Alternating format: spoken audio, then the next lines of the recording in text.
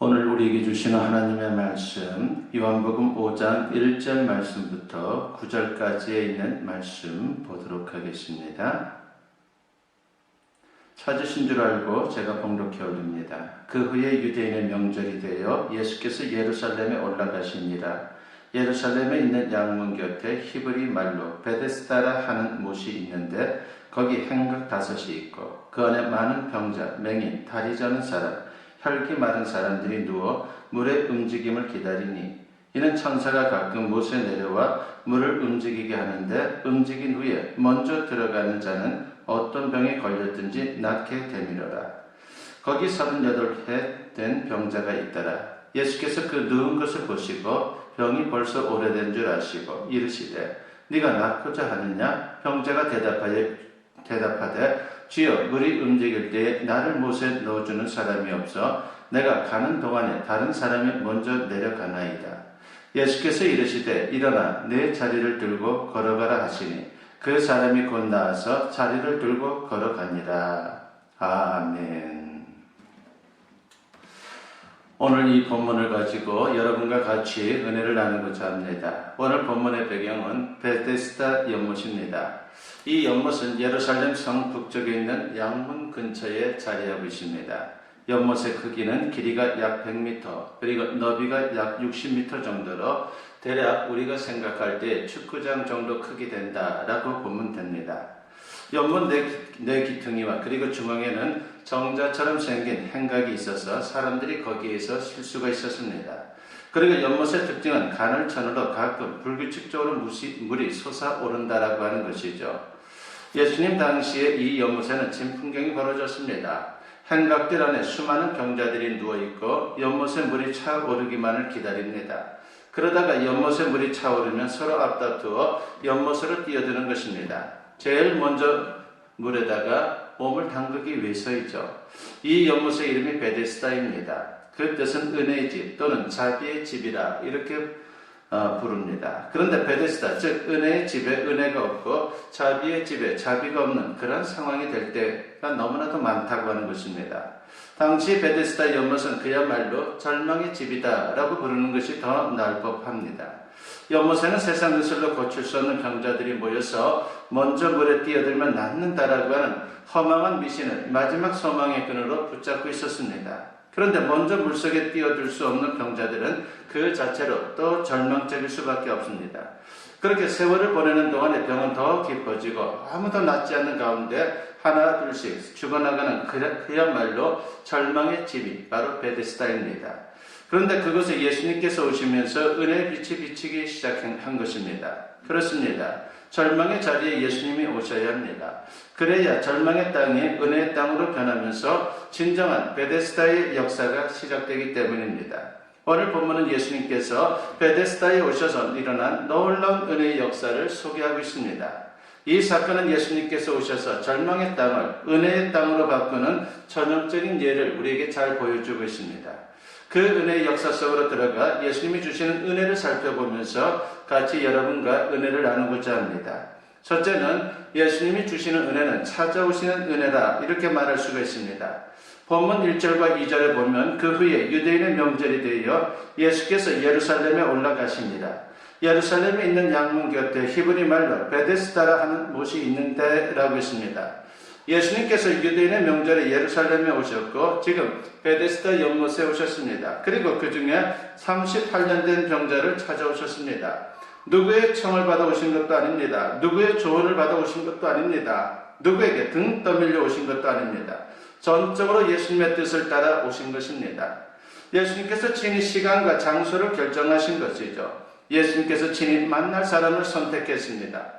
성경을 보면 하나님은 하나님의 뜻을 따라 인생들을 찾아오십니다. 하나님께서 아브라함을 찾아오셨습니다. 그래서 아브라함은 갈대아 우리에서 생각지도 못했던 하나님의 은혜를 입었습니다. 하나님께서 모세를 찾아오셨습니다. 그래서 모세는 호렙산에서 양을 치다가 생각지도 못했던 하나님의 은혜를 입었습니다. 예수님께서 바울을 찾아오셨습니다. 그래서 바울은 예수 믿는 사람들을 체포하러 가다가 생각지도 못했던 곳에서 하나님의 은혜를 입었습니다.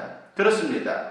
하나님은 인생들을 찾아오는 분이다라고 하는 것이죠. 바로 저와 여러분을 찾아와서 여러분과 저의 그런 아픔들을, 그리고 모든 또한 삶의 문제들을 어루만져 주시고 그리고 지켜보고 있다라고 하는 것입니다. 김충근 박사라고 하는 분이 있습니다. 그는 1967년 미국에 유학을 가서 박사학위를 받고 페퍼다인 대학에서 교수로 재직하면서 최우수 교수상을 받을 정도로 성공적인 인생을 살았습니다. 그런데 37살 젊은 나이에 간경화와 간염으로 죽음의 선고를 받게 되었습니다. 극심한 가난을 이기고 고생 끝에 학위를 받고 교수가 되어서 겨우 안정된 생활을 시작하게 되었는데 젊은 나이에 청천벽력과도 같은 사형 선고를 받았습니다. 얼마나 절망이 심했겠습니까? 깊은 절망감에 그는 하나님께 반항을 합니다. 하나님, 이럴 수 있습니까? 하필이면 왜 접니까? 그 자기 할 수 있는 모든 방법을 동원해서 간 치료에 정성을 다했습니다. 하지만 그가 찾은 모든 방법들은 다 그에게 아무런 효과가 없었습니다. 그래서 그는 마지막으로 빅베어 마운틴 기도원으로 올라갔습니다. 퉁퉁 부은 배를 부여잡고 주님께 간절한 마음으로 기도했습니다. 그런데 기도하다가 자기를 찾아오신 주님을 만나게 됩니다. 그러면서 주님께서 자신을 얼마나 사랑하는지 깨닫게 되었습니다. 거기다가 자신을 향한 놀라운 비전을 갖고 계신다는 사실 또한 확인하게 됐습니다.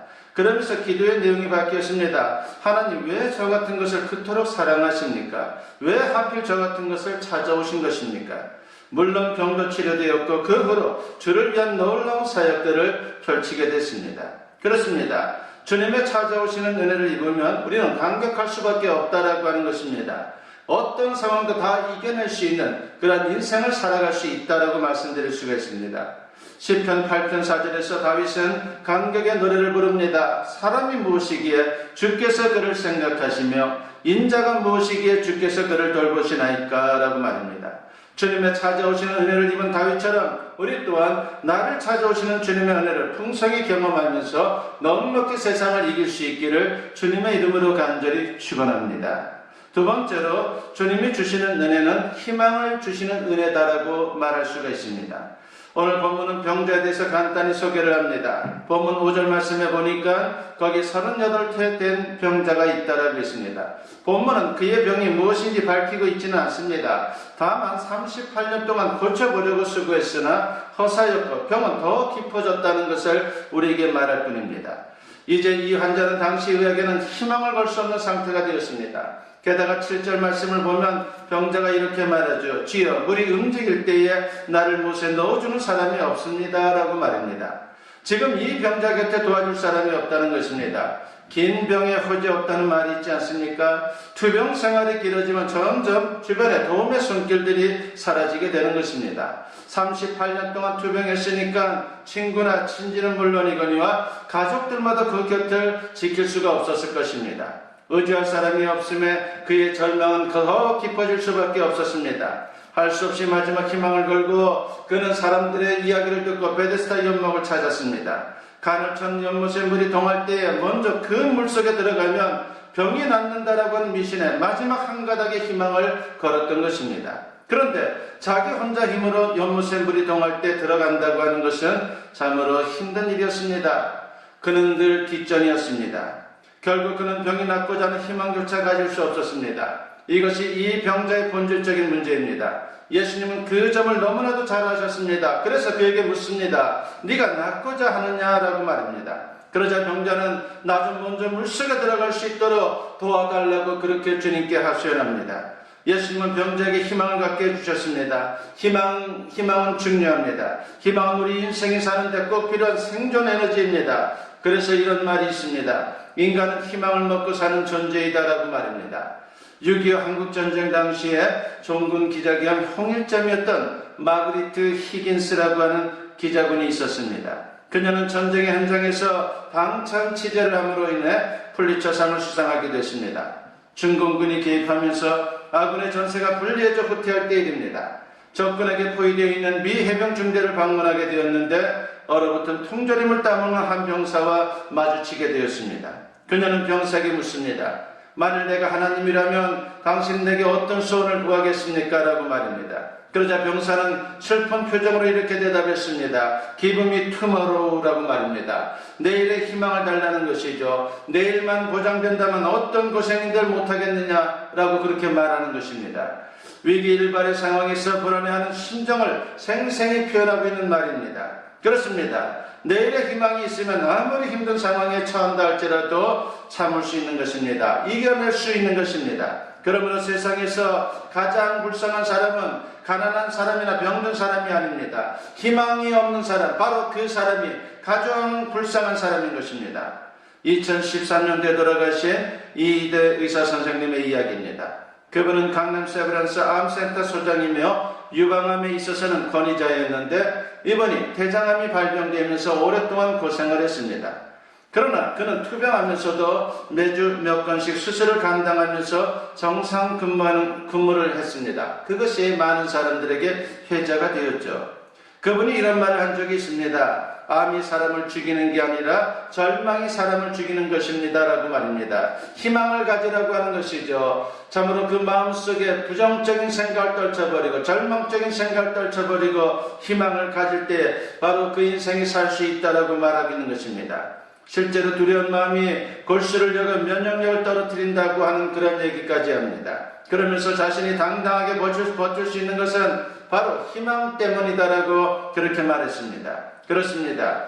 희망은 실로 인간이 생존할 수 있도록 해주는 데 있어서 참으로 중요한 정신적 에너지인 것입니다. 오늘 주어진 현실이 힘들고 어렵더라도 여러분 희망을 잃지 마십시오. 그런데 안타깝게도 주어진 현실이 자꾸 우리의 희망을 뒤흔듭니다. 그래서 많은 사람들이 희망을 잃어가고 있습니다. 그러나 예수님은 우리에게 희망을 주고 있습니다. 볼지어다 내가 세상 끝날까지 너희와 항상 함께 있으리라고 했습니다. 그리고 할 수 있거든이 무슨 말이냐? 믿는 자에게 능치 못함이 없느니라고 하셨습니다. 그래서 예수님이 우리의 희망입니다. 우리는 할 수 없지만 주님과 함께하면 얼마든지 할 수 있는 능력의 인생을 우리는 살아갈 수 있는 것입니다. 일찍이 이런 사실을 깨달은 시편 기자는 시편 62편 5절에서 이렇게 노래했습니다. 나의 영혼아 잠잠히 하나님만 바라라. 물은 나의 소망이 그로부터 나오는도다 라고 했습니다. 그리고 시편 39편 7절에서는 주여 이제 내가 무엇을 바라리요 나의 소망은 주께 있나이다 라고 했습니다. 주님은 우리에게 오셔서 참된 희망을 주시는 분입니다. 주님 그 자체가 우리에게 희망이 되는 분이다라고 하는 것이죠. 주님 안에서 참된 희망을 풍성히 품고 진정 승리의 인생을 살아갈 수 있는 우리 모두가 되었으면 합니다. 세 번째로 하나님이 주시는 은혜는 치유하시는 은혜라 말할 수가 있습니다. 오늘 본문 8절과 9절에 보니까 예수께서 이르시되 일어나 네 자리를 들고 걸어가라 하시니 그 사람이 곧 나와서 자리를 들고 걸어가니라. 이날은 안식일이니 라고 했습니다.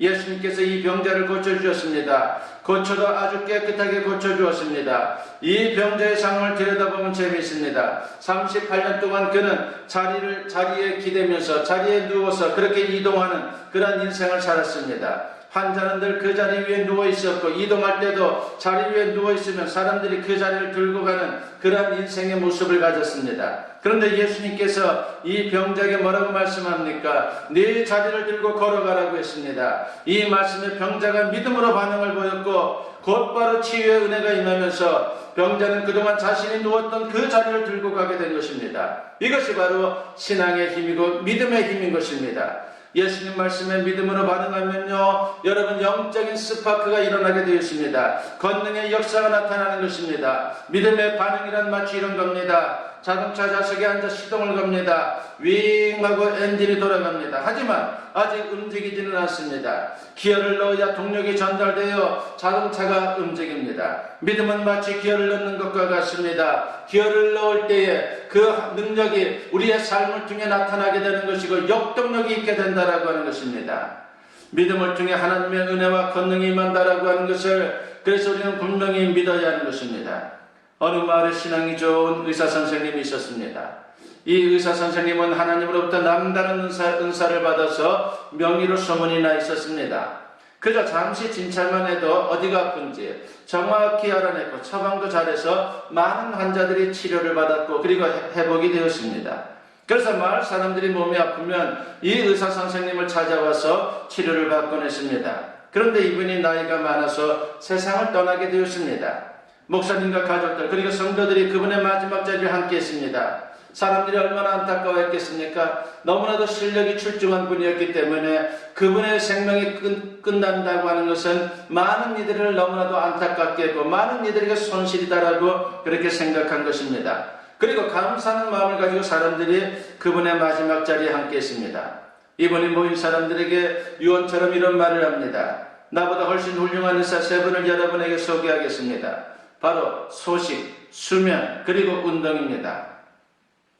음식은 위에 75%만 채우고 절대로 가식하지 마십시오. 잠은 충분히 주무십시오. 그리고 열심히 걸으십시오. 그러면 웬만한 병은 다 나을 것입니다. 라고 그렇게 말했습니다. 힘드셨는지 이분이 잠시 쉬었다가 말을 계속합니다. 그런데 이 세 의사는 다음에 세 약을 함께 복용해야 효과가 있는 것입니다. 그러자 사람들이 귀를 쫑긋 세우고 그 말에 귀를 기울입니다. 바로 말씀과 기도와 사랑입니다. 말씀의 약은 매일 일정한 시간에 평생 꾸준히 복용해야 합니다. 기도의 약은 부작용이 없는 약이라 많이 복용할수록 좋습니다. 그리고 사랑의 약은 상비약입니다. 늘 준비했다가 수시로 복용하십시오. 그리고 마지막으로 덧붙였습니다. 육체의 건강은 반쪽 건강입니다. 영혼이 건강하면 육체의 건강은 따라오는 것입니다. 라고 말입니다. 그렇습니다. 예수님이 우리에게 오시면 우리 영혼이 건강해집니다. 우리 심령에 있는 죄가 다 씻겨나가고 맑고 깨끗한 영혼을 갖게 되는 것입니다. 그러면 우리 마음도 평안해집니다. 웬만한 스트레스도 다 떨쳐버릴 수 있습니다. 뿐만 아니라 우리 몸도 건강해질 수 있습니다. 실제로 우리 심령에 예수님이 오시면 치유의 은혜가 임합니다. 우리 영혼, 우리 마음, 우리 육체의 치유가 시작되는 것입니다. 그러므로 예수님을 생각만 해도 힘이 나지 않습니까? 예수님이 오시면 마음에 평안이 생기고 생각이 바뀌고 시간이 지나면서 환경도 바뀌는 역사가 나타나는 것입니다. 우리나라가 지금처럼 발전한 것도 사실 복음의 역할이 대단히 컸습니다. 옛날 우리나라 사람들의 마음을 꼭 붙잡고 있는 것은 귀신이었기 때문에 사실 우리나라를 다스린 존재는 왕이 아니라 귀신이었다라고 말해도 지나치지 않습니다. 그래서 귀신에 사로잡혀 사업도 그냥 못하고 뭣도 그냥 못 받고 땅도 그냥 못 파고 된장도 그냥 못 담그는 그런 인생들을 살았습니다. 만물을 다스리고 정복해야 할 존재가 오히려 만물에 얽매 사는 그런 불쌍한 존재가 되었습니다. 소나무가 말라 죽으면 소나무 귀신이 있다라고 해서 사람들은 무서워서 베어내지도 못하고 구경만 했습니다. 어느 날 한 장로님이 귀신 소나무를 베어내려고 할 때에 무속인이 위협을 했습니다. 그 소나무를 베어내면 너희 집안의 3대가 망해라고 말입니다. 그러나 장로님은 태연히 그 소나무를 베어다가 1년 동안 땔감으로 잘 사용을 했습니다. 이처럼 귀신과 간섭에 매여 두려움에 젖어 살던 민족에게 복음이 전해지면서 사망과 저주가 물러가고 생명과 축복의 역사가 나타났다라고 하는 것입니다. 예수님이 오심으로 사회 전반의 치유의 역사가 나타난 것입니다. 이 놀라운 치유의 은혜를 여러분의 삶 속에서도 풍성히 누릴 수 있기를 바랍니다. 한 병원 영안실에 세부의 시신이 들어왔습니다. 그런데 재미있는 것은 이 시신들 모두가 웃는 얼굴을 하고 있었습니다. 이상하게 생각한 병원장이 그 이유를 알아보니 이랬습니다. 첫 번째 시신은 로또에 당첨이 됐는데 너무 기뻐 웃다가 심장마비로 죽었다는 겁니다. 두 번째 시신은 아들이 서울대학교의 수석 합격해서 너무 놀라 기뻐 웃다가 쇼크로 죽었다는 것입니다. 그런데 마지막 세 번째 시신은 벼락을 맞아 죽었다는데 어떻게 웃음을 띠게 됐는지 그 이유를 알아보니까 사진 찍는 줄 알고 웃다가 죽었다는 겁니다. 요즘 너무 힘들다 보니 우리 얼굴이 너무 굳어 있습니다. 상황이 절망적이다 보니 웃을 수 있는 여유가 없습니다. 마치 저 베데스다 연못의 병자들의 얼굴처럼 말입니다. 코로나19가 아무리 강력하다 할지라도 여러분의 얼굴에서 그 주님이 주시는 은혜의 그 미소를 우리가 잃어버려서는 아니 됩니다. 예수님이 우리의 심령에 오시면 분명히 달라집니다. 베데스다의 은혜가 임하기 때문에 얼마든지 우리는 어떤 상황에서도 희망적이고 여유로운 그런 인생을 살아갈 수 있습니다. 희망을 되찾게 하고 치유가 시작되기 때문에 우리는 그 어떤 것도 두려워할 필요가 없습니다. 여러분에게 베데스다의 은혜가 임하기를, 그래서 진정한 승리와 성공적인 인생 그리고 놀라운 축복의 인생을 살아갈 수 있기를 주님의 이름으로 간절히 축원합니다. 기도드립니다. 사랑과 은혜가 충만하신 아버지 하나님 감사합니다. 오늘도 주님의 말씀을 통해서 우리에게 희망이 되시는 예수 그리스도를 통해서 세임을 얻습니다. 우리를 찾아오시는 아버지 하나님이라고 했습니다. 우리에게 힘을 주고 능력을 주시고 우리에게 담대함을 주시는 분이라고 했사오니 아버지 하나님 끝까지 주님 붙잡고 나아갈 수 있는 우리의 신앙이 되게 하시고 어떤 절망적인 상황이 놓인다 할지라도 우리에게 희망되는 그 주님만 바라보고 의지하는 신앙을 통해서 넉넉히 세상을 이기는 하나님의 사람들 다 되게 하여 주시옵소서. 감사드리옵고 예수님의 이름으로 기도드리옵나이다. 아멘.